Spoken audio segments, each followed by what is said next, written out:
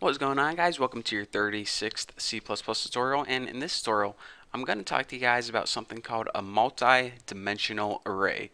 Now, a multi-dimensional array is basically an array inside another array. So yeah, think about that for a little bit and get freaked out. You might be thinking, whoa, this reminds me of Inception, a dream within a dream. What's going on? And you guys are thinking, oh man, this tutorial is going to be super confusing. I barely even understand arrays, and now you're going to say an array inside an array? Alright, well here is an easier way to think about it. If you ever, use Microsoft Excel or maybe use MySQL, think of it as a database or a table. A multidimensional array is basically made up of rows and columns. So this is the easiest way where you can think of it, and it's basically whenever someone has information and they want to organize it in rows and columns, they use a multidimensional array. So let's go ahead and create one right now, and I'll show you guys the syntax for it. Go ahead and pretend you're creating a basic array. I'm going to name mine Sally, and instead of a one square bracket, it actually takes two square brackets. In the first square bracket, you write how many rows do you want to have in your array. Let's keep it simple and say we want to have an array with 2 rows. And for the second one, it's basically columns. How many columns do you want to have in your array? So let's go ahead and add 3 columns. So now we have a row, now we have basically a table that's 2 rows by 3 columns, aka there are 6 elements in this array. So in order to create an array inside an array, it's basically exactly like you would think. Go ahead and make your array, and just to tell you guys this, code blocks gets freaked out whenever you try to put squirrely brackets inside other squirrely brackets, so that's why it might be messing up when you try typing it.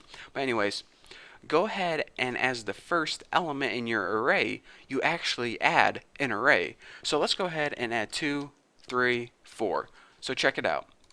We have an array 2, 3, 4 inside another array, and this smaller array is the first row. So now let's go ahead and make our second row or second array. Add a comma, and like I said, code blocks gets freaked out whenever you try to do it, so it might be weird. But let's go ahead and in this array put 8, 9, and 10. So we basically made 2 different arrays. One array is 2, 3, 4, and the other array is 8, 9, 10. So we said, alright, we're creating a multi-dimensional array consisting of 2 different arrays. Each array is a row, and each value is going to be a column. And remember to separate your arrays with a comma. So basically, this is an array made up of 2 smaller arrays. So let me go ahead and draw this for you guys visually. Like I said, there are 2 different rows. One is 2, 3, and 4, and the other one is 8, 9, and 10.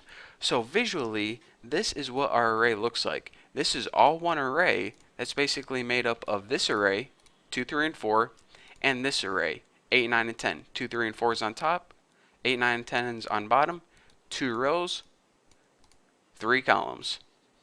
Pretty simple, huh? So anyways, the basics of this is anytime you want to create a multi-dimensional array, go ahead and list number of rows, number of columns, and for the number of rows, that's how many arrays you create, and for the number of columns, that's how many values you add to each array.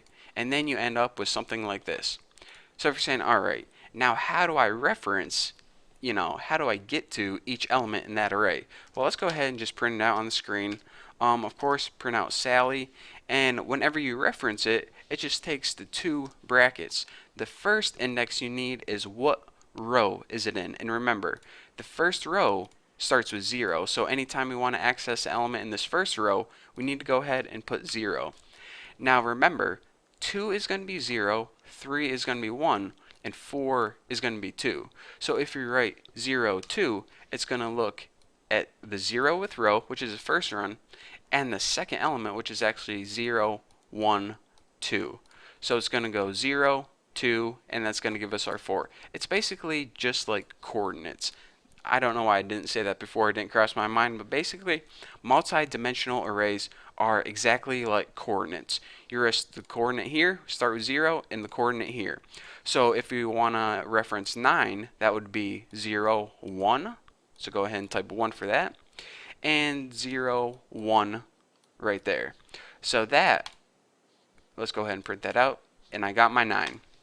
So basically, a multi-dimensional array, just like Inception, is an array or more than one array inside a bigger array. It's pretty much an array made up of arrays instead of values. And what it does is it gives you the idea that you can create a table basically made up of rows and columns. And anytime you want to access one of the elements, you just go ahead and type in the coordinates, which would be the row number and then the column number. And you print it out, and there you go. So if you guys understand this, then you're ready to move on to my next topic. In the next tutorial, I'm going to teach you guys a really simple way to print out a multi-dimensional array. So instead of just having to comment this right here, you have a nice visual of what it looks like.